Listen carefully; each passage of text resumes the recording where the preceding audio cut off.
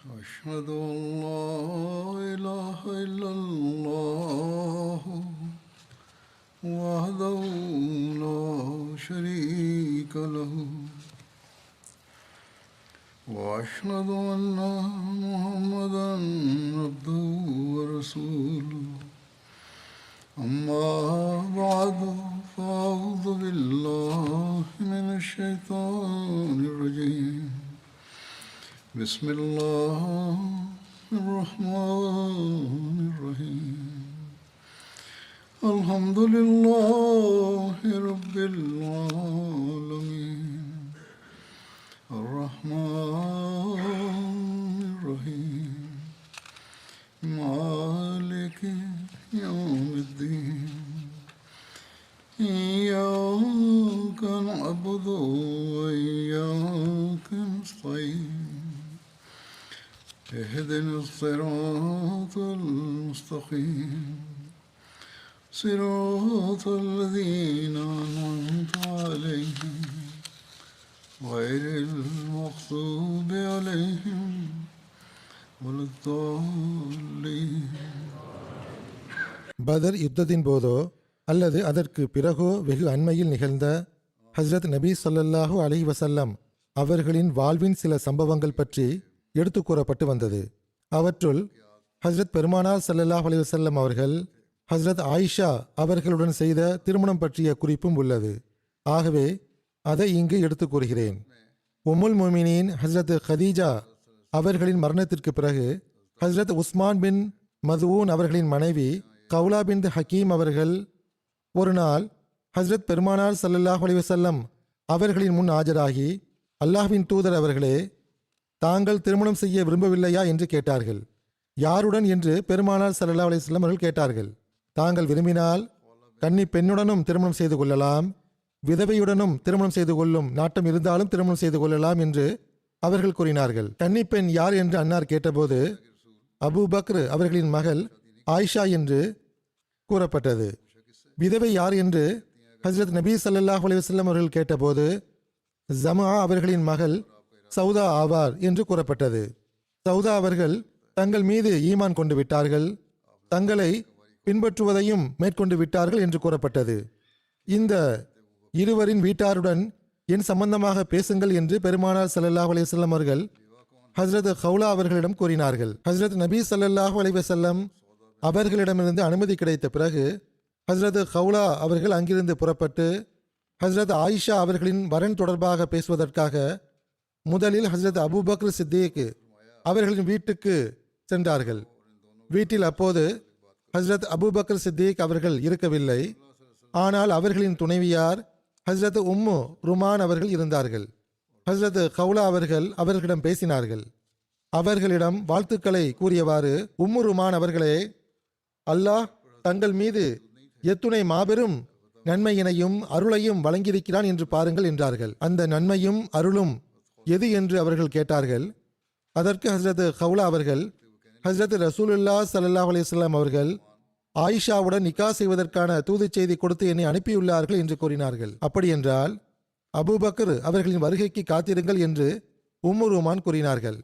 கொஞ்ச நேரம் காத்திருப்புக்கு பின் ஹஸ்ரத் அபூபக்ர் சித்திக் அவர்கள் வீட்டிற்கு வருகை தந்தபோது உம்மு ருமான் அவர்களிடம் கூறிய அதே விஷயத்தை ஹஸ்ரத் கௌலா அவர்கள் அபூபக்ர் அவர்களிடம் கூறினார்கள்.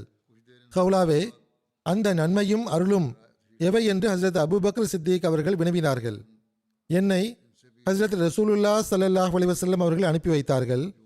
அன்னாரின் சார்பாக ஆயிஷாவுடனான நிக்காஹ் தூது செய்தியை நான் கொண்டு வந்துள்ளேன் என்று அவர்கள் கூறினார்கள். இதை கேட்ட ஹஸ்ரத் அபூபக்ர் சித்திக் அவர்கள் ஆயிஷாவுடன் அன்னாருடைய நிக்கா சரியானதா என்று கேட்டார்கள். ஆயிஷா அன்னாருடைய சகோதரரின் மகள் ஆயிற்றே என்று அவர்களுக்கு சிந்தனை தோன்றியது. ஹஸ்ரத் கௌலா அவர்கள் திரும்பி சென்று பெருமானார் ஸல்லல்லாஹு அலைஹி வஸல்லம் அவர்களிடத்தில் ஹஸ்ரத் அபூபக்ர் சித்திக் அவர்கள் கூறிய விஷயத்தை எடுத்து கூறிய போது பெருமானார் ஸல்லல்லாஹு அலைஹி வஸல்லம் அவர்கள் அவர்களிடம், நீங்கள் திரும்பி சென்று அவர்களிடம் கூறுங்கள், இஸ்லாத்தில் நான் உங்களின் சகோதரன் ஆவேன், நீங்கள் எனக்கு சகோதரர் ஆவீர்கள், உங்கள் மகளுடன் எனது நிக்கா நடக்க முடியும், ஷரியத் ரீதியாக எந்த ஒரு காரணமும் தடையில்லை என்று கூறுங்கள் என்றார்கள். எனவே ஹஸ்ரத் கௌலா அவர்கள் திரும்பி சென்று ஹஜ்ரத் அபூபக்கர் சித்திக் அவர்களிடம் இவ்விஷயத்தை பேசியபோது காத்திருங்கள் என அவர்கள் கூறினார்கள். அவர்கள் வெளியே புறப்பட்டு போனார்கள். முத்தைம் பின் அதி தன் மகனுக்காக ஆயிஷாவை கேட்டிருந்தார். அல்லாஹின் மீது ஆணையாக அபூபக்கர் அவர்கள் வாக்குறுதியை முறிக்கும் வகையில் எந்த ஒரு வாக்குறுதியும் கொடுக்கவில்லை என்று ஹஜ்ரத் உம்மர் உமான் அவர்கள் கூறினார்கள். ஆகவே ஹஜ்ரத் அபூபக்கர் அவர்கள் முத்தைம் பின் அதியிடம் சென்றார்கள். அப்போது அவனுடன் அவனது மனைவி உம்முல் ஃபதாவும் இருந்தாள். அப்போது அந்த பெண்மணி, இப்னு கஹாஃபாவே, நான் உங்கள் வீட்டில் என் மகனுக்கு திருமணம் செய்து கொடுத்தால் நீங்கள் இருக்கும் மார்க்கத்தில் அவனை இணைத்து விடவும் வாய்ப்புள்ளது என்று கூறினாள். ஹஜ்ரத் அபூபக்கர் அவர்கள் முத்தைம் பின் அதியை பார்த்து, நீங்களும் இவ்வாறு கூறுகின்றீர்களா என்று கேட்டார்கள். கணவன் மனைவி இருவரிடமும் வினவினார்கள். அப்போது அவன், இவள் கூறியதைத்தான் நானும் கூறுகிறேன் என்றான். ஹஜ்ரத் அபூபக்கர் அவர்கள் முத்தைம் இடமிருந்து வந்தார்கள். அவர்களின் உள்ளத்தில் வாக்குறுதி தொடர்பான அனைத்து இறுக்கத்தையும் அல்லாஹ் அகற்றிவிட்டான். எங்களது மகன் முஸ்லீமாக மாட்டான் என்று அவர்கள் கூறிய பிறகு அந்த வரன் முறிந்துவிட்டது. அந்த இறுக்கம் நீங்கிவிட்டது. நீங்கள் வரன் அனுப்பினால் நாம் செய்வோம் என்று வாக்குறுதி கூறப்பட்டிருந்தது. அந்த விஷயமும் முறிந்துவிட்டது. பிறகு அவர்கள் ஹஜ்ரத் கௌலா அவர்களிடம் என் சார்பாக ஹஜ்ரத் ரசூலுல்லா ஸல்லல்லாஹு அலைஹி வஸல்லம் அவர்களுக்கு செய்தி தெரிவித்து விடுங்கள் என்று கூறினார்கள். ஆகவே ஹஜ்ரத் கௌலா அவர்கள் பெருமானார் ஸல்லல்லாஹு அலைஹி வஸல்லம் அவர்களிடத்தில் செய்தியை கொண்டு சேர்த்தார்கள். ஹஜ்ரத் நபிகள் நாயகம் ஸல்லல்லாஹு அலைஹி வஸல்லம் அவர்கள் ஹஜ்ரத் ஆயிஷா அவர்களுடன் திருமணம் செய்தார்கள். இச்சம்பவம் முஸ்னத் அஹ்மத் பின் ஹம்பலில் இடம்பெற்றுள்ளது. ஹஜ்ரத் ஆயிஷா அவர்கள் கூறுகிறார்கள், ஹஜ்ரத் நபி ஸல்லல்லாஹு அலைஹி வஸல்லம் அவர்கள் திருமணத்திற்கு பிறகு கூறினார்கள், நான் உன்னை திருமணம் செய்வதற்கு முன் நீ எனக்கு கனவில் இருமுறை காட்டப்பட்டாய். நான் கனவில் வானவரை கண்டேன். அவர் ஒரு பட்டு துணியில் உன்னை பிடித்திருந்தார். இன்னொரு அறிவிப்பில் வருகிறது, இவர் உங்களின் தூய துணைவி ஆவார் என்று அவர் என்னிடம் கூறினார். நான் அவரிடம் துணியை விளக்குங்கள் என்று கூறினேன். அவர் துணியை விளக்கிய போது உன்னை பார்த்தேன். இது அல்லாஹ்வின் சார்பாக உள்ளது என்றால் அவன் இதை நிறைவேற்றுவான் என்று கருதினேன். இந்த அறிவிப்பு ஹஜ்ரத் ஆயிஷா அவர்கள் தொடர்பாக புகாரியில் இடம்பெற்றுள்ளது. சஹாபிகளின் வாழ்க்கை சம்பவங்கள் அடங்கிய அல் இஸ்தியாப் எனும் நூலில் ஹஜ்ரத் ஆயிஷா அவர்களின் ஓர் அறிவிப்பு உள்ளது. ஒருமுறை ஹஜ்ரத் அபூபக்கர் அவர்கள் ஹஜ்ரத் ரசூலுல்லா ஸல்லல்லாஹு அலைஹி வஸல்லம் அவர்களிடம், அல்லாஹ்வின் தூதர் அவர்களே, தாங்கள் தங்களின் மணப்பெண்ணை ஏன் அழைத்துக் கொள்வதில்லை என்று கேட்டார்கள். ஆயிஷா அவர்களுடன் திருமணம் நிச்சயதார்த்தம் நடந்துவிட்டிருந்தது. ஆனால் மணப்பெண் அழைப்பு நடக்கவில்லை. மணப்பெண் அழைப்பு ஏன் நடத்தாமல் உள்ளீர்கள் என்று ஹஜ்ரத் அபூபக்கர் அவர்களை கேட்டார்கள். மகர் தொகையின் காரணமாக என்று அன்னார் பதிலளித்தார்கள். ஹஜ்ரத் அபூபக்கர் அவர்கள் அன்னாருக்கு 12.5 ஊக்கியா கொடுத்தார்கள். ஓர் ஊக்கியா என்பது 40 திர்ஹமுக்கு ஈடானது ஆகும். பெருமானார் ஸல்லல்லாஹு அலைஹி வஸல்லம் அவர்கள் அந்த செல்வத்தை எங்களிடத்தில் அனுப்பி வைத்தார்கள் என்று ஹஜ்ரத் ஆயிஷா அவர்கள் கூறுகிறார்கள். அதாவது மகர் தொகையாக அனுப்பி வைத்தார்கள். திருமணத்தின் போது ஹஜ்ரத் ஆயிஷா அவர்களின் வயதை குறித்து வரலாற்று ஆசிரியர்கள், வாழ்க்கை வரலாற்றை எழுதக்கூடியவர்கள் மற்றும் பிறகு வந்த அறிவிப்பாளர்களின் கூற்றின் காரணமாக கருத்து வேறுபாடு தோன்றிவிட்டது. அந்நியர்களும் இதன் மீது பெரும் ஆட்சேபனைகளை செய்து வருகிறார்கள். அடிப்படை விஷயம் என்னவென்றால், ஹஜ்ரத் ஆயிஷா அவர்களுக்கு திருமணம் நடைபெற்ற போது வயதை பொறுத்த வரையில் எந்த ஒரு வினோதமான விஷயமாகவும் அது இருக்கவில்லை. அங்கிருந்த மக்களுக்கு எவ்வித கேள்வியோ ஆட்சேபனையோ எழவில்லை. வியப்பை தரும் அசாதாரணமான விஷயமாக அது இருந்திருக்கும் என்றால் முனாஃபிக்குகளும் எதிரிகளும் நிச்சயமாக ஆட்சேபனைகளை பொழிந்திருப்பார்கள்.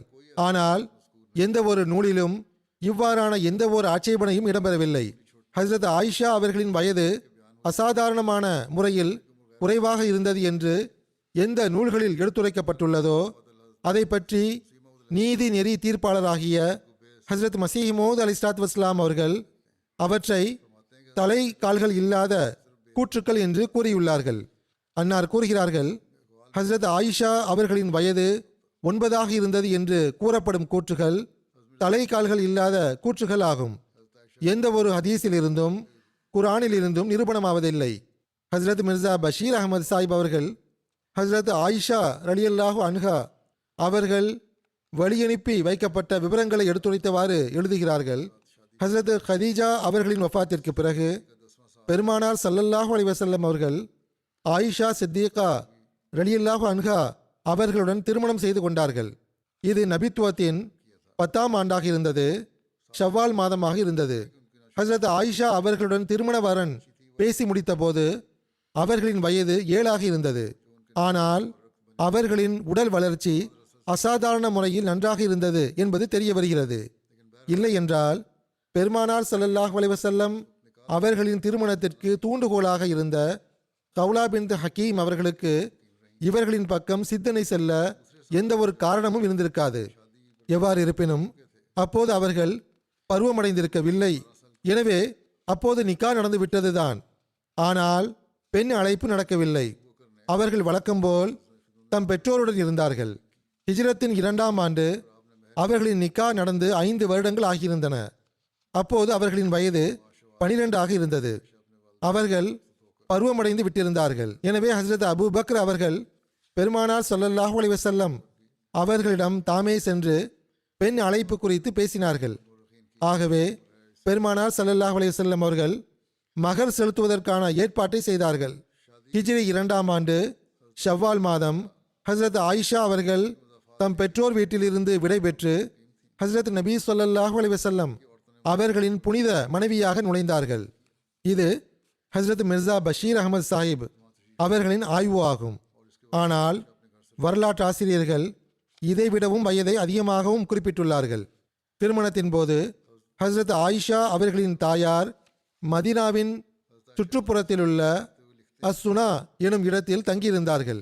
எனவே அன்சாரி பெண்மணிகள் அங்கு ஒன்று கூடி ஹஜ்ரத் ஆயிஷா அவர்களை அனுப்பி வைப்பதற்கு அலங்கரித்தார்கள். பிறகு ஹஜ்ரத் நபி ஸல்லல்லாஹு அலைஹி வஸல்லம் அவர்களை அங்கு வருகை தந்தார்கள். அதற்கு பிறகு ஹஜ்ரத் ஆயிஷா அவர்கள் தம் வீட்டிலிருந்து விடைபெற்று ஹஜ்ரத் நபி ஸல்லல்லாஹு அலைஹி வஸல்லம் அவர்களின் புனித துணைவியர்களுள் இணைந்து விட்டார்கள். ஹஜ்ரத் மிர்சா பஷீர் அஹமது சாஹிப் அவர்கள் ஹஜ்ரத் ஆயிஷா அவர்களின் சிறப்பம்சங்களை எடுத்துரைத்தவாறு எழுதுகிறார்கள். சிறு வயதுடையவராக இருந்த போதிலும் ஹஜ்ரத் ஆயிஷா அவர்களின் சிந்தனையும் மனன திறமையும் அபாரமானதாக இருந்தது. ஹஜ்ரத் பெருமானார் ஸல்லல்லாஹு அலைஹி வஸல்லம் அவர்களின் தாலீம் மற்றும் தர்பியத்தின் கீழ் அவர்கள் மிகவும் விரைவாக வியத்தகு முறையில் முன்னேறினார்கள். சிறு வயதில் அவர்களை தம் வீட்டிற்கு பெருமானார் ஸல்லல்லாஹு அலைஹி வஸல்லம் அவர்கள் அழைத்து வந்ததற்கு உண்மையான நோக்கம் என்னவென்றால், ஆரம்பம் முதலேயே பெருமானார் ஸல்லல்லாஹு அலைஹி வஸல்லம் அவர்கள் தம் விருப்பத்திற்கு ஏற்ப அவர்களுக்கு தர்பியத் கொடுக்க வேண்டும் என்பதற்காக ஆகும். அதன் மூலமாக அன்னாருடன் நீண்ட காலம் இருக்கக்கூடிய வாய்ப்பு அவர்களுக்கு கிடைக்க வேண்டும் என்பதற்காக ஆகும். ஷரியத்தை உடைய நபியின் மனைவி மீது சுமத்தப்படும் நுட்பமான மாபெரும் பணிக்கு அவர்களை தகுதியுடையவராக ஆக்க வேண்டும் என்பதற்காக ஆகும். ஆகவே பெருமானார் ஸல்லல்லாஹு அலைஹி வஸல்லம் அவர்கள் இந்த நோக்கத்தில் வெற்றியும் பெற்றார்கள். ஹஜ்ரத் ஆயிஷா அவர்கள் முஸ்லிம் பெண்களின் சீர்திருத்தம், கல்வி, தர்பியத் ஆகியவற்றில் எவ்வாறான பணியை செய்து முடித்தார்கள் என்றால் அதற்கு இணையான ஒன்றை உலக வரலாற்றில் காண முடியாது. ஹஜ்ரத் நபி ஸல்லல்லாஹு அலைஹி வஸல்லம் அவர்களின் ஹதீஸுடைய ஒரு பெரும் பகுதி, மிக முக்கிய பகுதி ஹஜ்ரத் ஆயிஷா அவர்களால் தான் அறிவிக்கப்பட்டுள்ளது. எந்த அளவுக்கென்றால் அவர்களுடைய அறிவிப்புகளின் மொத்த எண்ணிக்கை 2210 வரை சென்றடைகிறது. அவர்களின் ஞானம், கல்வி அறிவு மற்றும் மார்க்க அறிவு எப்படிப்பட்டதாக இருந்தது என்றால் பெரும் மகத்துவமிக்க சஹாபிகள் அவர்களின் மேன்மையை ஒப்புக்கொண்டுள்ளார்கள். மேலும் அவர்களிடமிருந்து பயனடைந்து வந்தார்கள். இதுவரை என்றால் ஹதீஸில் வருகிறது, ஹஜ்ரத் நபி ஸல்லல்லாஹு அலைஹி வஸல்லம் அவர்களுக்கு பிறகு ஹஜ்ரத் ஆயிஷா அவர்களிடத்தில் தீர்வு கிடைக்காத எந்த ஓர் அறிவார்ந்த சிக்கலும் சஹாபிகளுக்கு ஏற்படவில்லை. உர்வா பின் ஜுபைர் அவர்களின் கூற்று ஒன்று உள்ளது. அது என்னவென்றால், திருக்குரான் ஞானம், சொத்துரிமை பற்றிய ஞானம், ஹலால் ஹராம் பற்றிய ஞானம், இஸ்லாமிய சட்டம் பற்றிய ஞானம், கவிதை பற்றிய ஞானம், மருத்துவ ஞானம், அரேபிய கூற்றுகளின் ஞானம், வம்சாவளி தொடர் பற்றிய ஞானம் ஆகியவற்றில் ஹஜ்ரத் ஆயிஷா அவர்களை விட பெரிய அறிஞராக நான் எவரையும் கண்டதில்லை. உலகப்பற்று இல்லாமல் இருத்தல் மற்றும் போதுமென்ற மனம் ஆகியவற்றில் அவர்களின் அந்தஸ்து எப்படிப்பட்டதாக இருந்தது என்றால், ஒரு முறை அவர்களிடத்தில் எங்கிருந்தோ 1,00,000 திர்ஹம் வந்தது. மாலை வருவதற்குள் அவர்கள் அதை அனைத்தையும் தானமாக வழங்கிவிட்டார்கள். அப்போது வீட்டில் இரவு உணவுக்கு கூட ஒன்றும் இருக்கவில்லை.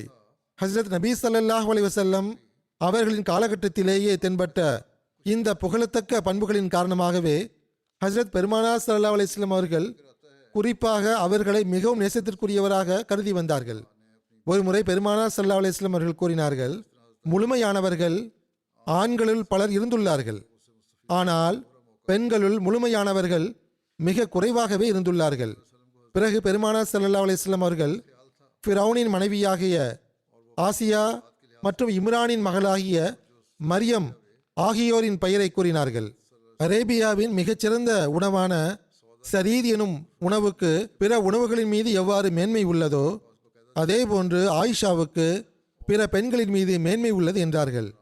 ஒருமுறை பெருமானார் ஸல்லல்லாஹு அலைஹி வஸல்லம் அவர்களின் பிற மனைவிகள் வீட்டு விவகார விஷயத்தில் ஹஸரத் ஆயிஷா அவர்களை குறித்து பெருமானார் ஸல்லல்லாஹு அலைஹி வஸல்லம் அவர்களிடத்தில் கூறினர்.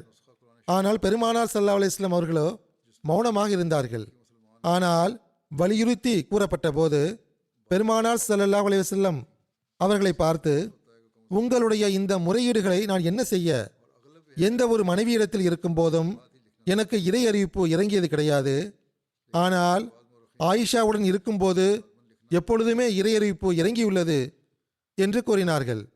இந்த சிறப்பம்சம் பெற்ற அந்த மனைவி எத்துணை தூயவர் என பாருங்கள். அதே போன்று அந்த கணவரும் எத்துணை தூயவர் என்றால் அவருடைய குடும்ப நேசத்தின் அளவுகோல் தூயதானதாகவும் பரிசுத்தமானதாகவுமே இருந்தது. ஹதீஸில் இவ்வாறு வருகிறது, இறுதி காலத்தில் ஹஸ்ரத் சௌதா பின்த் ஜம்ஆ அவர்கள் தம்முடைய முறையை ஹஸ்ரத் ஆயிஷா அவர்களுக்கு விட்டு கொடுத்து விட்டார்கள். இவ்வாறு பெருமானார் ஸல்லல்லாஹு அலைஹி வஸல்லம் அவர்களுடன் இருந்து பயன்பெறும் வாய்ப்பு ஹஸ்ரத் ஆயிஷா அவர்களுக்கு இருமுறை கிடைத்து வந்தது. ஹஸ்ரத் ஆயிஷா அவர்களின் கல்வி, தர்பியத் ஆகியவற்றில் பெருமானார் ஸல்லல்லாஹு அலைஹி வஸல்லம் அவர்கள் சிறப்பு கவனம் செலுத்தி வந்தார்கள். வயது மற்றும் சூழ்நிலையை பொறுத்தவரை அவர்கள் மீது சிறப்பு கவனம் செலுத்த தகுதியுடையவர்களாக அவர்கள் இருந்தார்கள். ஆகவே ஹஸ்ரத் சௌதா அவர்கள் தம் முறையை விட்டு கொடுத்த போது பெருமானார் ஸல்லல்லாஹு அலைஹி வஸல்லம் அவர்கள் அதற்கு அனுமதி வழங்கினார்கள். ஆயினும் அதற்கு பிறகும் கூட பெருமானார் ஸல்லல்லாஹு அலைஹி வஸல்லம் அவர்கள் முறைப்படி ஹஸ்ரத் சௌதா அவர்களிடத்தில் சென்று வந்தார்கள். மற்ற மனைவிகளைப் போல் அவர்களையும் ஊக்கப்படுத்தி வந்தார்கள். அவர்களின் மன நிம்மதியையும் கருத்தில் கொண்டார்கள். ஹஸ்ரத் ஆயிஷா அவர்களின் படிப்பறிவு தொடர்பாக கருத்து வேறுபாடு காணப்படுகிறது. ஆனால் புகாரியின் ஓர் அறிவிப்பிலிருந்து தெரிய வருவது என்னவென்றால், அவர்களிடத்தில் எழுதப்பட்ட ஒரு திருக்குரான் பிரதி இருந்தது. அதன் மூலமாக அவர்கள் ஓர் ஈராக்கிய முஸ்லிமுக்கு சில ஆயத்துக்களை தாமே சரிபார்த்து கொடுத்தார்கள். இதிலிருந்து அவர்கள் குறைந்தபட்சம் எழுத படிக்க தெரிந்தவர்களாக இருந்தார்கள் என்பது நிரூபணமாகிறது. அவர்கள் தம் திருமணத்திற்கு பிறகு எழுத கற்றிருப்பார்கள் என்பதற்கு அதிக வாய்ப்புள்ளது. ஆனால் சில வரலாற்றாசிரியர்கள் ஹஸ்ரத் ஆயிஷா அவர்களுக்கு எழுத தெரியாது என்று தெளிவுபடுத்தி இருக்கிறார்கள். ஹஸ்ரத் ஆயிஷா அவர்கள் ஹஸ்ரத் நபி ஸல்லல்லாஹு அலைஹி வஸல்லம் அவர்களின் வஃபாத்திற்கு பிறகு ஏறக்குறைய 48 ஆண்டுகள் வரை உயிருடன் இருந்தார்கள். ஹிஜ்ரி 58ஆம் ஆண்டு ரமலான் மாதத்தில் தம் உண்மை நேசனாகிய இறைவனை சந்தித்தார்கள். அப்போது அவர்களின் வயது ஏறக்குறைய 68 இருந்தது. பத்ர் யுத்தத்திற்கு பிறகு ஹஸ்ரத் நபி ஸல்லல்லாஹு அலைஹி வஸல்லம் அவர்களின் வாழ்வில் வெகு அண்மையில் நிகழ்ந்த இன்னொரு சம்பவம் அன்னாருடைய மகள் ஹஸ்ரத் ஜைனப் அவர்களை பற்றியதாகும். அவர்கள் மக்காவில் இருந்து மதினா வந்த சம்பவம் ஆகும். ஹஸ்ரத் நபி ஸல்லல்லாஹு அலைஹி வஸல்லம் அவர்களின் மருமகன் அபுல் ஆஸ் பின் ரபி அவர்களும் பத்ர் யுத்தத்தில் முஸ்லிம்களால் சிறைபிடிக்கப்பட்டிருந்தார்கள். அவர்களின் மனைவி ஜைனப் அவர்கள் மக்காவில் தான் இருந்தார்கள். ஹஸ்ரத் ஜைனப் அவர்களின் திருமணத்தின் போது அவர்களின் தாயார் ஹஸ்ரத் கதீஜா அவர்கள் தம் மகளுக்கு அணிவித்த செயினை தம் கணவரை விடுவிக்க பணையத் தொகையாக கொடுத்தனுப்பினார்கள். இந்த பணையத் தொகையை கொண்டு வந்தவர் அபுல் ஆஸ் அவர்களின் சகோதரர் அம்ர் பின் ரபி ஆவார்கள். ஹஸ்ரத் நபி ஸல்லல்லாஹு அலைஹி வஸல்லம் அவர்கள் இந்த செயினை கண்டவுடன் மிகவும் துக்கமடைந்தார்கள், கண்ணீர் வடித்தார்கள். பிறகு தம் சஹாபிகளிடம், நீங்கள் பொருத்தமானதாக கருதினால் ஜைனபின் கைதியை விடுவித்து விடுங்கள், அவளுடைய இந்த செயினையும் திருப்பி கொடுத்து விடுங்கள் என்று கூறினார்கள். நிச்சயமாக அவ்வாறே செய்கிறோம் என்று சஹாபிகள் கூறினர். எனவே அபுல் ஆஸ் விடுவிக்கப்பட்டார். அதேபோன்று ஜைனபுடைய செயினும் திரும்ப கொடுக்கப்பட்டது. ஆனால் ஹஸ்ரத் நபி ஸல்லல்லாஹு அலைஹி வஸல்லம் அவர்கள் அபுல் ஆஸ் அவர்களை ஒரு நிபந்தனையின் அடிப்படையில் விடுதலை செய்தார்கள். அந்த நிபந்தனை என்னவென்றால், மக்கா சென்றடைந்ததும் ஹஸ்ரத் ஜைனப் அவர்கள் மதினாவுக்கு ஹிஜ்ரத் செய்வதற்கு அனுமதி அளிக்க வேண்டும் என்பதாகும். இப்னு இஸ்ஹாக் அறிவிக்கிறார்கள், விடுவிக்கப்பட்ட பிறகு அபுல் ஆஸ் மக்கா சென்றடைந்த பிறகு ஹஸ்ரத் நபி ஸல்லல்லாஹு அலைஹி வஸல்லம் அவர்கள் ஜயித் பின் ஹாரிசா அவர்களையும் ஓர் அன்சாரியையும் அனுப்பி வைத்து, நீங்கள் பத்னே யாஜஜ் எனும் இடத்திற்கு சென்று காத்திருங்கள் என்று கூறி அனுப்பி வைத்தார்கள். பத்னே யாஜஜ் என்பது மக்காவில் இருந்து 8 மைல் தொலைவில் உள்ள ஓர் இடமாகும். ஜைனப் உங்களை கடந்து செல்லும் போது நீங்கள் அவளுடன் சேர்ந்து கொள்ளுங்கள், அவளை என்னிடம் அழைத்து வாருங்கள் என்று கூறியிருந்தார்கள். ஆகவே அவ்விருவரும் உடனே புறப்பட்டு விட்டார்கள். இச்சம்பவம் பத்ர் யுத்தத்திற்கு பிறகு ஏறக்குறைய 1 மாதத்திற்கு பிறகு நிகழ்ந்ததாகும். அபுல் ஆஸ் அவர்கள் மக்கா சென்றடைந்ததும் ஹஸ்ரத் நபி ஸல்லல்லாஹு அலைஹி வஸல்லம் அவர்களிடத்தில் செல்ல ஹஸ்ரத் ஜைனப் அவர்களுக்கு அனுமதி அளித்தார்கள். எனவே அவர்கள் பயணத்திற்கு தேவையான பொருட்களை ஆயத்தப்படுத்த ஆரம்பித்தார்கள். ஹஸ்ரத் ஜைனப் அவர்கள் கூறுகிறார்கள், நான் பயண பொருட்களுக்கான ஏற்பாடு செய்து கொண்டிருந்தேன். உத்பாவின் மகள் ஹிந்து என்னிடம் வந்து, முஹம்மது ஸல்லல்லாஹு அலைஹி வஸல்லம் அவர்களின் மகளே, நீ உம் தந்தையிடம் செல்ல விரும்புவதாய் நான் அறிந்தேன் என்று கூறினாள். அதற்கு நான் சாக்கு போக்கு சொல்லி அவளை தவிர்த்து விட்டேன். இதை கண்டு அவள், என் சகோதரியே, இவ்வாறு நடந்து கொள்ளாதே. உம் தந்தையிடம் சென்று சேர்வதற்கு உன் பயணத்திற்கு தேவையான பொருட்கள் உனக்கு தேவை என்றால், அல்லது உனக்கு பணத்தேவை உள்ளது என்றால், அந்த அனைத்தும் என்னிடம் உள்ளது. என்னுடன் இறுக்கமாக நடந்து கொள்ளாதே. ஆண்களின் உள்ளத்தில் இருக்கும் வெறுப்பும் பகைமையும் பெண்களின் உள்ளத்தில் இருப்பதில்லை என்று கூறினாள். ஹஸரத் ஜைனப் அவர்கள் கூறுகிறார்கள், அவள் இவ்விஷயத்தை தூய எண்ணத்துடன் கூறியதாக நான் நினைக்கிறேன். ஆனால் நான் அவளை பற்றி அஞ்சிக் கொண்டிருந்தேன். ஆகவே நான் அவளை தவிர்த்து விட்டேன், சாக்குப்போக்கு கூறிவிட்டேன். இப்னு இஸ்ஹாக் அவர்கள் கூறுகிறார்கள், ஹஸரத் ஜைனப் அவர்கள் பயணத்திற்கு ஆயத்தமானார்கள். அவர்கள் ஆயத்தமாகி விட்டபோது அபுல் ஆஸ் அவர்களின் சகோதரர் கினானா பின் ரபி அவர்கள் பயணம் செய்ய சவாரி கொண்டு வந்தார்கள். அதில் ஜைனப் அவர்கள் பயணித்தார்கள். கினானா அவர்கள் தம் அம்பையும் வில்லையும் எடுத்துக்கொண்டார்கள். ஹஸரத் ஜைனப் அவர்கள் சவாரியின் இருக்கையில் அமர்ந்திருக்கும் போது பகல் வெளிச்சத்தில் அவர்களை அழைத்துச் சென்றார்கள். குரேஷியர்களிடத்தில் இவ்விஷயம் விவாதத்திற்குரியதாக ஆகிப்போனது. அவர்கள் இவர்களை தேடி புறப்பட்டார்கள். ஜி துவா என்னும் இடத்தில் கண்டுவிட்டார்கள். ஜி துவா என்பதும் மக்காவின் ஒரு பிரபலியமான பள்ளத்தாக்காகும். மஸ்ஜிது ஹராமிலிருந்து 1/2 மைல் தூரத்தில் உள்ள இடமாகும். எவ்வாறு இருப்பினும் எல்லோரையும் விட முதலில் அவர்களின் சார்பாக ஹப்பார் பின் அஸ்வது ஃபிஹ்ரி என்பவர் வந்து ஈட்டியால் சவாரியை பயமுறுத்தினார். ஹஸரத் ஜைனப் அவர்கள் கருவுற்றிருந்தார்கள். எவர் எனக்கு அருகில் வருவாரோ அவர் இந்த அம்புக்கு இலக்காகி விடுவார் என்று அறிவித்தவாறு ஹஸரத் ஜைனப் அவர்களின் மைத்துனர் தம் அம்பை எடுத்துக்கொண்டு அமர்ந்து விட்டார்.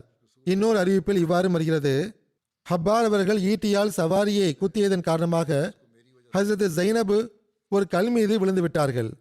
அப்போது அவர்கள் கர்ப்பிணியாக இருந்தார்கள். இவ்வாறு அவர்களின் கரு கலைந்து விட்டது என்று கூறப்படுகிறது. எவ்வாறு இருப்பினும் இச்சம்பவத்தை கண்ட மக்கள் அங்கிருந்து திரும்பிவிட்டார்கள். பிறகு அபு சுஃபியான் அவர்களும் குரேஷிய தலைவர்களும் வந்தார்கள். இளைஞரே, அம்பெய்ய வேண்டாம், நாங்கள் உங்களுடன் பேச வந்துள்ளோம் என்று கூறினார்.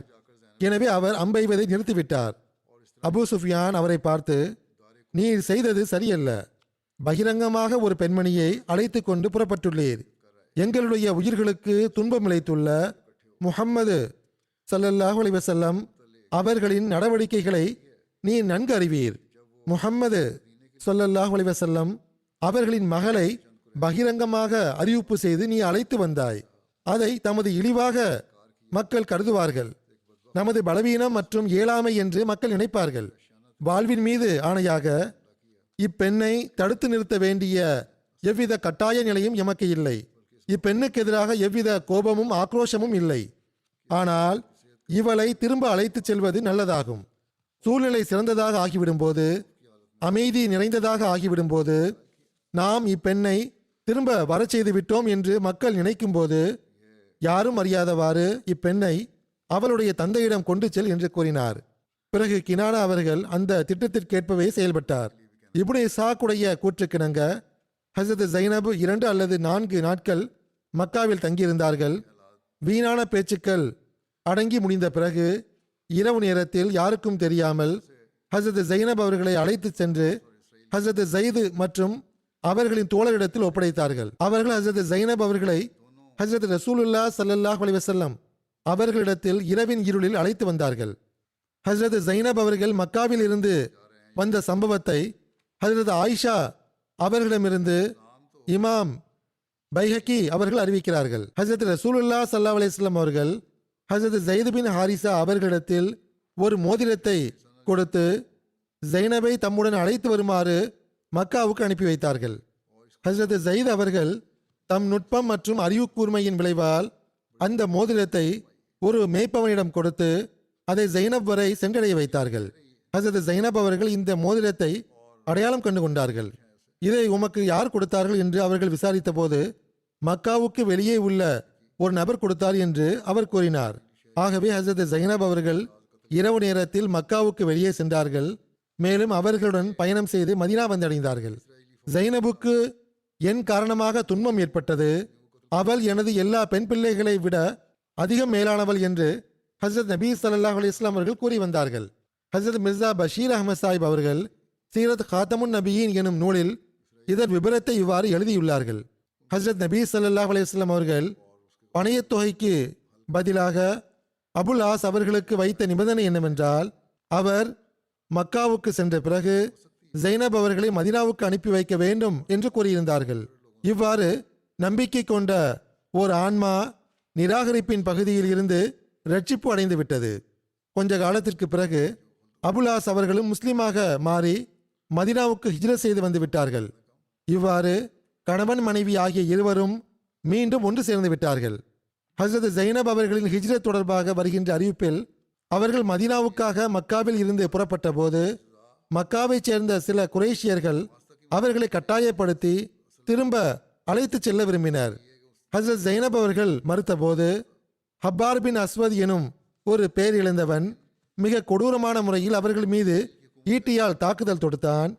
அந்த அச்சத்தின் காரணமாகவும் காயத்தின் காரணமாகவும் அவர்களின் கரு கலைந்து விட்டது. இன்னும் கூறுவதாயின், அச்சந்தர்ப்பத்தில் அவர்களுக்கு எவ்வாறான மனக்காயம் ஏற்பட்டது என்றால், அதற்கு பிறகு அவர்களின் உடல்நிலை திரும்பவும் முழுமையாக தேரவே இல்லை. இறுதியில் அவர்கள் அதே பலவீனத்தின் காரணமாக அகால மரணமடைந்தார்கள். இப்போது இந்த அளவுக்கு மட்டுமே நான் கூறியுள்ளேன். தற்சமயம் உலகில் நிலவும் சூழ்நிலை தொடர்பாக நான் துவாவுக்காகவும் கூறிக்கொள்கிறேன்.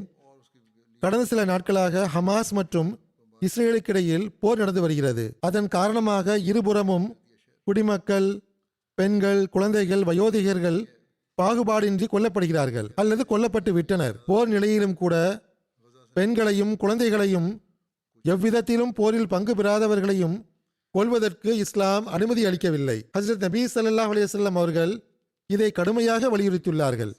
ஹமாஸ் தான் போரை ஆரம்பித்து வைத்ததில் ஹமாஸ் தான் முதல் அடியை எடுத்து வைத்தது என்றும், இஸ்ரேல் குடிமக்களை பாகுபாடின்றி கொன்றது என்றும் உலகம் கூறுகிறது. இதில் உண்மை நிலையும் ஓரளவுக்கு இவ்வாறு தான் உள்ளது.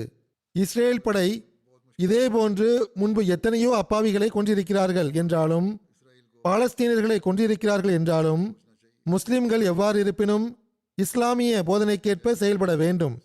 இஸ்ரேலிய படை செய்தது என்றால் அது அவர்களின் செயல். அதை தீர்ப்பதற்கு வேறு வழிமுறைகள் இருந்தன. ஆகுமான முறையில் போர் செய்ய வேண்டும் என்றால் படையுடன் போரிட வேண்டும். பெண்கள், குழந்தைகள், தீங்கு விளைவிக்காதவர்களுடன் போர் செய்யக்கூடாது. எவ்வாறு இருப்பினும் இவ்வகையில் ஹமாஸ் தவறான நடவடிக்கை மேற்கொண்டுள்ளது. அது தவறுதான். அதனால் பாதிப்பு அதிகம், பயன் குறைவு. எதுவாக இருந்த போதிலும் அதற்கான தண்டனை அல்லது அந்த போர் ஹமாஸ் வரைக்குமே இருந்திருக்க வேண்டும். உண்மையான துணிவும் வீரமும் இவ்வாறான எதிர் நடவடிக்கையாகத்தான் இருந்திருக்க வேண்டும். ஆனால் இப்போது இஸ்ரேலிய அரசாங்கங்கள் செய்து கொண்டிருப்பது மிகவும் அபாயகரமானதாகும். ஆனால் இப்போது இஸ்ரேலிய அரசு செய்து கொண்டிருப்பது மிகவும் அபாயகரமான விஷயமாகும். இந்த விவகாரம் இப்போது நிற்பதாக தெரியவில்லை. எண்ணற்ற அப்பாவி மக்கள், பெண்கள், குழந்தைகளின் உயிர்கள் வீணாகி போகும். அதை நாம் எண்ணி பார்க்க கூட முடியாது. நாங்கள் காசாவை முற்றிலும் அழித்து விடுவோம் என்று இஸ்ரேல் அரசு அறிவித்திருந்தது. மேலும் அதற்காக அவர்கள் எண்ணற்ற முறையில் எண்ணற்ற அளவில் குண்டுகளை பொழிந்துள்ளார்கள். நகரை சாம்பல் குவியலாக ஆக்கிவிட்டார்கள். 1 மில்லியனை விடவும் அதிகமான மக்கள் காசாவை விட்டு வெளியேறிவிட வேண்டும் என்று அவர்கள் கூறியிருக்கிறார்கள். இப்போது இந்த புதிய சூழ்நிலை உருவாகியுள்ளது. இவ்வாறு கொஞ்சம் மக்கள் வெளியேறவும் ஆரம்பித்து விட்டார்கள். UN சார்பாக மிக மென்மையான முறையில் இதற்கு கண்டன குரல் எழுப்பப்பட்டுள்ளது. இந்த அளவுக்காவது குரல் எழுப்பினார்களே, அதற்கு நன்றி. இது மனித உரிமைகளை அளிக்கக்கூடியது என்றும் இது தவறான நடவடிக்கை ஆகும் என்றும் இதனால் பல துன்பங்கள் உருவாகும் என்றும் இஸ்ரேல் தனது இக்கட்டளையை பற்றி சிந்திக்க வேண்டும் என்றும் குரல் எழுப்பப்பட்டுள்ளது. இது தவறு ஆகும் என்று வன்மையாக கண்டிக்காமல் இப்போதும் கூட கோரிக்கைதான் வைக்கப்படுகின்றது. எவ்வாறு இருப்பினும் போர் செய்யாத அந்த அப்பாவிகள் மீது எவ்வித தவறும் இல்லை. இஸ்ரேல் பெண்களையும் குழந்தைகளையும் பொதுமக்களையும் அப்பாவிகள் என்று உலகம் கருதுகிறது என்றால் இந்த பாலஸ்தீனியர்களும் அப்பாவிகள்தான். இவ்வாறு கொலை செய்வது ஆகுமானதல்ல என்று இந்த வேதம் கொடுக்கப்பட்டோரின் போதனையும் கூட இதைத்தான் கூறுகிறது. முஸ்லிம் மீதுதான் தவறு என்று பழி சுமத்துகிறார்கள் என்றால் அவர்கள் தம் நிலையையும் பார்க்க வேண்டும். எவ்வாறு இருப்பினும் நமக்கு அதிக துவாக்களின் தேவை உள்ளது. பாலஸ்தீனத்து தூதுவர் இங்கு டிவியில் இன்டர்வியூ கொடுத்தார். அநேகமாக BBC என்று நினைக்கிறேன். கேள்வி கேட்டவருக்கு பதிலளிக்கும் விதமாக கூறினார், ஹமாஸ் ஒரு மிலிட்டன்ட் குரூப் ஆகும், அரசு அல்ல. பாலஸ்தீனத்து அரசுடன் அதற்கு எந்த தொடர்பும் இல்லை என்று அவர் கூறினார். அத்துடன் அவர் எழுப்பிய கேள்வியும் சரியானதே. அதாவது உண்மையான நீதி நிலைநாட்டப்பட்டிருந்தால் இது நடந்திருக்காது. பெரும் சக்திகள் தம் இரட்டை நிலைப்பாட்டை கொண்டிருக்கவில்லை என்றால் இதுபோன்ற அமைதியின்மையும் போர்களும் உலகில் நிகழவே செய்யாது. எனவே இந்த இரட்டை நிலைப்பாட்டை முடிவுக்கு கொண்டு வாருங்கள், போர்கள் தாமாகவே முடிவுக்கு வந்துவிடும் என்று கூறினார். இதே விஷயத்தை தான் இஸ்லாமிய போதனைகளின் ஒளியில் ஒரு நீண்ட காலமாக நான் கூறி வந்தேன். கூறுவது சரிதான் என்று முன்னால் கூறுகிறார்கள், ஆனால் செயல்படுவதற்கு தயாராவதில்லை. இப்போது எல்லா பெரும் சக்திகளும் அல்லது மேற்கத்திய சக்திகளும் நீதியை ஒருபுறம் வைத்துவிட்டு பாலஸ்தீனியர்கள் மீது கடுமை காட்ட ஒன்று சேருகின்றன. மேலும் எல்லா புறம் இருந்தும் படைகளை அனுப்ப பேச்சுவார்த்தை நடக்கின்றது. அநீதிக்கு ஆளானவர்களின் புகைப்படங்களை காட்டி இவ்வாறெல்லாம் அநீதி இழைக்கப்படுகிறது என்று கூறப்படுகிறது. மீடியாக்களில் தவறான அறிக்கைகள் காட்டப்படுகின்றன. இஸ்ரேல் பெண்கள் மற்றும் குழந்தைகளின் முடிவு இவ்வாறு உள்ளது, அவர்களின் நிலை இந்த அளவு மோசமாக உள்ளது என்று ஒரு நாள் செய்தி வந்தது. அடுத்த நாள் தெரிய வந்தது என்னவென்றால் அந்த மக்கள் இஸ்ரேல் மக்கள் கிடையாது, மாறாக பாலஸ்தீனியர்கள் ஆவார்கள். ஆனால் மீடியாவில் அதற்கு எந்த வருத்தமும் கூறப்படவில்லை. அம்மக்களுக்காக எவ்வித அனுதாப சொற்களும் கூறப்படவில்லை. யார் கையில் பிரம்பு உள்ளதோ அவருக்கே மாடு சொந்தம் என்பது போல் செயல்படுகிறார்கள். யாருடைய கையில் உலகின் வாழ்வாதாரம் உள்ளதோ அவர்களுக்கு முன்னால் தான் இவர்கள் குனிகிறார்கள். ஆய்வு செய்து பார்க்கும்போது பெரும் சக்திகள் போரை தணிப்பதற்கு பதிலாக அதை தூண்டி விடுவதில் மும்முரமாக ஈடுபட்டுள்ளது என்பது தெரிய வருகிறது. இவர்கள் போரை முடிவுக்கு கொண்டு வர விரும்பவில்லை. முதல் உலகப் போருக்கு பின் போர்களை முடிவுக்கு கொண்டு வர லீக் ஆஃப் நேஷனை பெரும் சக்திகள் உருவாக்கின. ஆனால் நீதியின் எதிர்பார்ப்பை நிறைவேற்ற முடியாத காரணத்தினாலும் தன்னுடைய மேன்மையை நிலைநாட்டியதன் காரணத்தினாலும் இது தோல்வியடைந்து விட்டது. ஆகவே 2ஆம் உலகப் போர் ஏற்பட்டு விட்டது. 7 கோடிக்கும் அதிகமான உயிர்கள் வீணாகிவிட்டன என்று கூறப்படுகிறது. இப்போது அதே நிலைதான் UNக்கும் நடக்கிறது. உலகில் நீதி நிலைநாட்ட வேண்டும், அநீதி இழைப்பவர்களுக்கு உறுதுணையாக இருக்க வேண்டும், போர்களை முடிவுக்கு கொண்டு வர முயற்சிகள் மேற்கொள்ளப்பட வேண்டும் என்பதற்காகத்தான் அது உருவாக்கப்பட்டது. ஆனால் இவ்விஷயங்களுடன் எவ்வித தொடர்பும் இல்லை. ஒவ்வொருவரும் தன் லாபத்தை மட்டுமே பார்க்கிறார்கள். நீதியின்மையின் காரணமாக நடக்கும் போரின் பாதிப்பை ஒரு சாதாரண மனிதனால் எண்ணி பார்க்க கூட முடியாது. எந்த அளவுக்கு கடுமையான முறையில் பாதிப்பு ஏற்படும் என்பது இந்த பெரும் சக்திகளுக்கு தெரியும். ஆயினும் நீதியை நிலைநாட்டுவதன் பக்கம் எவ்வித கவனமும் இல்லை. கவனம் கொடுப்பதற்கு யாரும் தயாராகவும் இல்லை. இவ்வாறான சூழ்நிலையில் முஸ்லிம் நாடுகள் குறைந்தபட்சம் சுய நினைவுக்காவது வர வேண்டும். தம் கருத்து வேறுபாடுகளை களைந்து தம் ஒற்றுமையை நிலைநாட்ட வேண்டும். வேதம் கொடுக்கப்பட்டோருடன் தொடர்பை மேம்படுத்துவது தொடர்பாக முஸ்லிம்களுக்கு அல்லாஹ் வழிகாட்டும் போது தாலவ் இலா கலிமத்தின் சவாயும் பைனனா வ பைனக்கும் என்று கூறியுள்ளான். அதாவது வேதத்தை உடையவர்களே, எங்களுக்கும் உங்களுக்கும் இடையில் ஒன்றுபட்ட ஒரு கருத்தின்பால் வாருங்கள். அது என்னவென்றால் நாம் அல்லாஹ்வையன்றி வேறு எவரையும் வணங்க மாட்டோம் என்பதாகும். இவ்வாறு இருக்கும்போது முஸ்லிம்களின் கலிமா முழுக்க முழுக்க ஒரே கலிமாவாக இருக்கும்போது அவர்கள் கருத்து வேறுபாட்டை முடிவுக்கு கொண்டு வந்து ஒன்று சேர முடியாதா என்ன? ஆகவே சிந்தியுங்கள், தம் ஒற்றுமையை நிலைநாட்டுங்கள். இதுதான் உலகிலிருந்து குழப்பத்தை அகற்றுவதற்கு வழிவகையாக ஆக முடியும். நீதியின் எதிர்பார்ப்பை நிறைவேற்றுவதற்காக, அநீதிக்குள்ளானவர்களின் உரிமைகளை எல்லா இடங்களிலும் நிலைநாட்டுவதற்காக முழுமையான முறையில் ஒன்று கூடி குரல் கொடுங்கள். ஒன்றாக ஒற்றுமையாக இருப்பீர்கள் என்றால் குரலிலும் வலிமை இருக்கும். இல்லையெனில் அப்பாவி முஸ்லிம்களின் உயிர்கள் வீணாவதற்கு இவர்கள் பொறுப்பாளியாக ஆகிவிடுவார்கள். இந்த முஸ்லிம் அரசுகள் பொறுப்பாளியாக ஆகிவிடும். அநீதி இழைப்பவர், அநீதிக்கு ஆளானவர் இருவருக்கும் உதவி செய்யுங்கள் என்று ஹஜ்ரத் நபி ஸல்லல்லாஹு அலைஹி வஸல்லம் அவர்கள் கூறிய வழிகாட்டலை எப்போதும் முன்னால் வையுங்கள். இந்த நுட்பமான விஷயத்தை புரிந்து கொள்ளுங்கள். இது வலிமையுடையவர்களின் பணியாக உள்ளது. முஸ்லிம் அரசுகளுக்கும் அல்லாஹ் அறிவையும் புரியும் திறனையும் வழங்குவானாக. அவர்கள் ஒன்றிணைந்து நீதியை நிலைநாட்டக்கூடியவர்களாக ஆவார்களாக. அல்லாஹ் உலக சக்திகளுக்கும் அறிவையும் புரியும் திறனையும் வழங்குவானாக. அவர்கள் உலகை அழிவில் ஆழ்த்துவதற்கு பதிலாக உலகை அழிவிலிருந்து காப்பாற்ற முயற்சி செய்யக்கூடியவர்களாகவும் தம் ஆணவத்தின் இன்பத்தை தம் குறிக்கோளாக ஆக்கி கொள்ளாதவர்களாகவும் ஆவார்களாக. அழிவு ஏற்படும் போது இந்த சக்திகளும் பாதுகாப்பாக இருக்காது என்பதை எப்போதும் அவர்கள் நினைவில் வைத்திருக்க வேண்டும். எவ்வாறு இருப்பினும் நம்மிடத்தில் துவா எனும் ஆயுதம்தான் உள்ளது. ஒவ்வொரு அகமதியும் முன்பை விட அதிகமாக அதை பயன்படுத்த வேண்டும். காசாவில் சில அகமதி வீடுகளும் சூழப்பட்டுள்ளன. அல்லாஹ் அவர்களையும் பாதுகாப்பானாக. அப்பாவிகள், அநீதி இழைக்கப்பட்டோர் அனைவரும் எங்கிருந்தாலும் அவர்களை அல்லாஹ் பாதுகாப்பானாக. ஹமாஸுக்கு அல்லாஹ் அறிவை வழங்குவானாக. தம் மக்கள் மீதே அநீதி இழைத்ததற்கான பொறுப்பாளிகளாக ஆகாமல் இவர்கள் இருப்பார்களாக. இவர்கள் மற்றவர்கள் மீதும் அநீதி இழைத்தவர்களாக ஆகாமல் இருப்பார்களாக. போர்கள்தான் செய்ய வேண்டும் என்றாலும் இஸ்லாமிய போதனைக்கேற்ப, கட்டளைக்கேற்ப அவர்கள் செய்து கொள்ளட்டும். எந்த ஒரு சமுதாயத்தின் பகைமையும் நீதியை விட்டு நம்மை விலகச் செய்யாமல் இருக்கட்டுமாக. இதுவே அல்லாஹ்வின் கட்டளையாகும். அல்லாஹ் பெரும் சக்திகளுக்கும் நல்வாய்ப்பு வழங்குவானாக.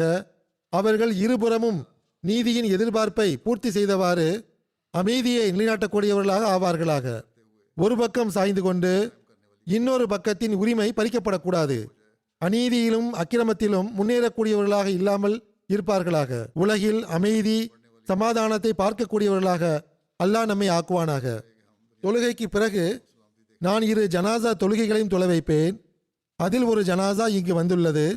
அந்த ஜனாசா வந்துவிட்டதா? அந்த ஜனாசா டாக்டர் பஷீர் அஹமது கான் சாஹிப் அவர்களுடையதாகும். அவர்கள் இங்கு யூகேவில் தான் வசித்து வந்தார்கள். மஸ்ஜிது ஃபசலுடைய வட்டாரத்தை சார்ந்தவர். கடந்த நாட்களில் 92 வயதில் அவர்கள் மரணமடைந்து விட்டார்கள். இன்னால் இல்லாஹி வ இன்னா இலைஹி ராஜிஊன். ஹஸ்ரத் மசீஹ் மௌத் அலைஹிஸ்ஸலாத்து வஸ்ஸலாம் அவர்களின் சஹாபியான ஹஸ்ரத் மீர் அஹமது சாஹிப் ரலியல்லாஹு அன்ஹு அவர்களின் மகள்வழி பேரனும் சர்கத் மாநிலத்தின் முன்னாள் அமீரான ஹஸ்ரத் காசி முகமது யூசுப் சாஹிப் ரலியல்லாஹு அன்ஹு அவர்களின் மருமகனும் பிஷாவரை சார்ந்த மஹமூது ஹாஸ் சாஹிப் கான் அவர்களின் மகனும் ஆவார்கள். மர்ஹூம் அவர்கள் தொழுகை, நோன்பு ஆகியவற்றை கடைபிடிக்கக்கூடியவராகவும் ஹிலாஃபத்துடன் ஆழமான கொள்கை பிடிப்பு கொண்டவராகவும் ஏழைகளை பராமரிக்கக்கூடியவராகவும் நல்லவராகவும் களப்பற்ற சான்றோராகவும் திகழ்ந்தார்கள். நுஸ்ரத் ஜஹான் ஸ்கீமின் அடிப்படையில் அர்ப்பணித்து அஹமதியா ஹாஸ்பிட்டலில் பணியாற்றுவதற்காக டெச்சிமான் கானாவும் சென்றார்கள். அங்கு அவர்கள் கொஞ்ச காலம் வரை தொண்டு செய்வதற்கான நல்வாய்ப்பு பெற்றார்கள். கானாவிலிருந்து திரும்பிய பிறகு இஸ்லாமாபாத்தின் நாட்டுப்புற பகுதிகளில் அகமதி மருத்துவர்களுடன் சேர்ந்து மெடிக்கல் கேம்புகளை நடத்துவதற்கான நல்வாய்ப்பும் அவர்களுக்கு கிடைத்து வந்தது. யூகே ஷிஃப்ட் ஆன பிறகு ஹஸ்ரத் 4வது கலிஃபத்துல் மசி அவர்களின் காலத்திலும் ஜும்மா குத்துபாவுடைய மொழியாக்கங்கள் மற்றும் சுருக்கங்களை ஆயத்தப்படுத்தக்கூடிய தொண்டை மிகச் சிறந்த முறையில் நிறைவேற்றி வந்தார்கள். திருக்குரானுடன் நேசம் இருந்தது. முறையாக திருக்குரானை ஆழ்ந்து சிந்தித்து ஓதி வந்தார்கள். தம் குழந்தைகளுக்கு மொழியாக்கத்தை கற்றுக் கொடுத்தார்கள். சிறு வயதில் ஹஸ்ரத் முஸ்லிம் மௌது ரலியல்லாஹு அன்ஹு அவர்களின் அருளுக்குரிய காலகட்டத்தில் இவர்கள் காதியானுக்கு சென்று நீண்ட காலம் அங்கு செலவிட நல்வாய்ப்பும் இவர்களுக்கு கிடைத்தது. ஹஸ்ரத் முஸ்லிம் மௌத் ரலியல்லாஹு அன்ஹு அவர்களின் பல சொற்பொழிவுகள் மனனமாக இவருக்கு தெரிந்திருந்தது. அதே போல ஹஸ்ரத் மசீஹ் மௌத் அலைஹிஸ்ஸலாத்து வஸ்ஸலாம் அவர்களின் நூல்களின் சில சான்றுகள் நன்கு மனனமாக தெரிந்திருந்தது. நசம்களும் மனனமாக தெரிந்திருந்தது. மர்ஹூம் மூசியாக இருந்தார். பின்விட்டு சென்றவர்களுள் மனைவி மட்டுமின்றி ஒரு மகனும் 6 மகள்களும் உள்ளார்கள். டாக்டர் முசல்லமா தரூபி சாஹிப் அவர்கள் இவருடைய மருமகனாவார். அவர் கூறுகிறார், மர்ஹூம் அவர்கள் தஹஜ்ஜுத் தொழுகையை கடைபிடிக்கக்கூடியவராக இருந்தார்கள். மிகவும் பாவமற்ற மனிதராகவும் நம்பிக்கை கொண்ட மனிதராகவும் திகழ்ந்தார்கள். இரையச்சம் கொண்டவராகவும் துணிவுள்ளவராகவும் வீரராகவும் இருந்தார்கள். ஹிலாஃபத் மற்றும் ஜமாத்துடன் அசாதாரண அன்பு வைத்திருந்தார்கள். நான் அவர்களிடமிருந்து கலிஃபாக்களை நேசித்தல் எனும் விலை உயர்ந்த விஷயங்களை கற்றுக்கொண்டுள்ளேன். மர்ஹூம் அவர்களுக்கு தப்லீகிற்கான ஆர்வம் அதிகமாக இருந்தது. ஆகவே எந்த ஒரு சந்தர்ப்பத்தையும் கை நழுவி போக விட்டதில்லை.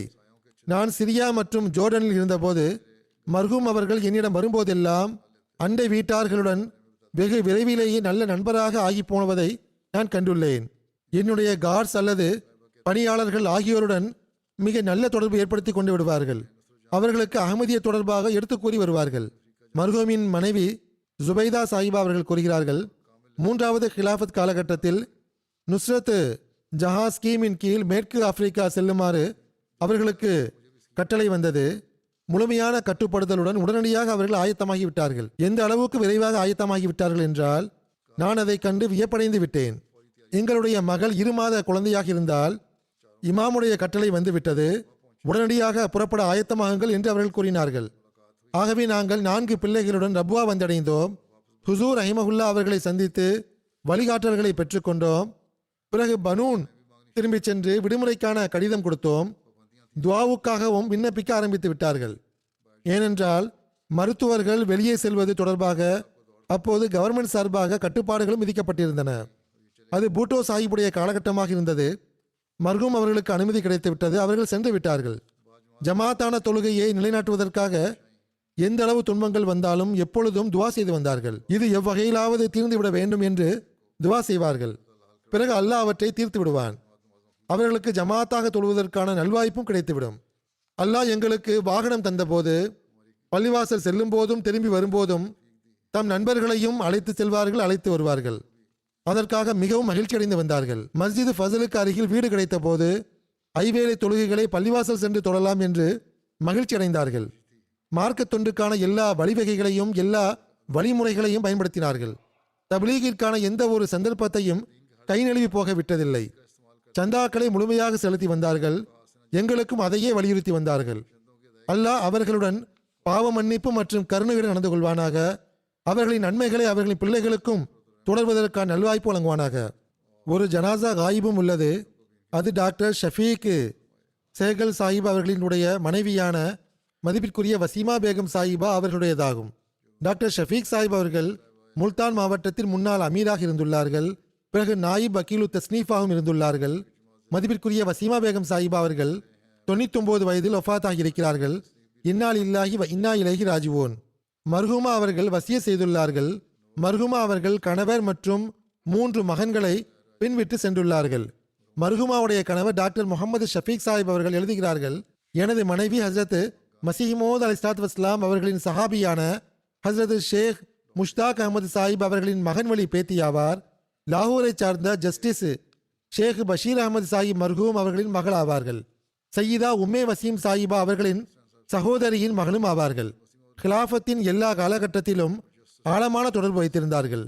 மிகவும் நன்றி உணர்வுடன் ஒவ்வொரு காலகட்டத்தைய ஹிலாஃபத்துடன் தொடர்பு கொண்டிருந்தார்கள். அவர்களின் மகன் வழி பேரன் முஹியுத்தீன் சாஹிப் கூறுகிறார், என்னுடைய பாட்டியிடம் தியாகத்தின் குறிப்பான உணர்வு காணப்பட்டது.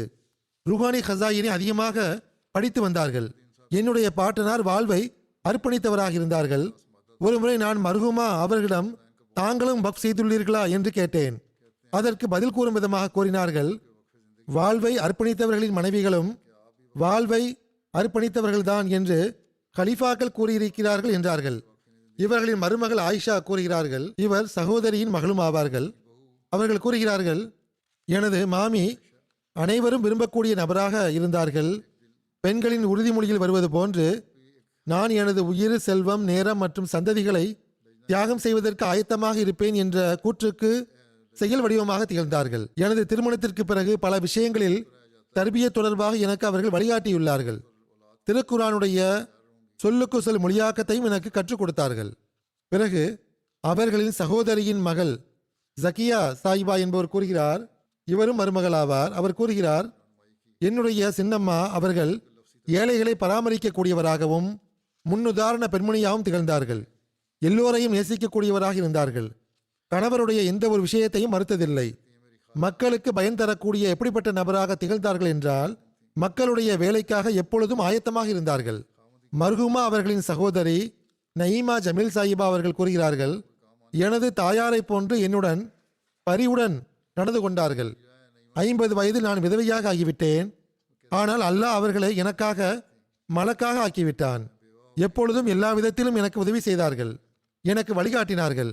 அவர்கள் இபாதத் செய்யக்கூடியவர்களாக இருந்தார்கள்தான். ஆனால் அடியார்களின் உரிமை தொடர்பாக பார்க்கும்போது பல பெண் குழந்தைகளுக்கு திருமணம் செய்து கொடுப்பதற்கான பொறுப்பையும் ஏற்றுக்கொண்டார்கள். எந்த ஓர் ஏழை கிராமவாசியை கூட தம்மை விட குறைந்தவராக கருதியது கிடையாது. தேவை உடைய தொழிலாளிகளுக்கு செல்வத்தின் மூலமாக உதவி செய்ய முழுமையாக முயற்சி செய்வார்கள். அல்லாஹ் இவர்களுடனும் பாவ மன்னிப்பு மற்றும் கருணையுடன் நடந்து கொள்வானாக. இவர்களின் நன்மைகளை இவர்களின் பிள்ளைகளுக்கும் தொடரச் செய்வதற்கான நல்வாய்ப்பை வழங்குவானாக.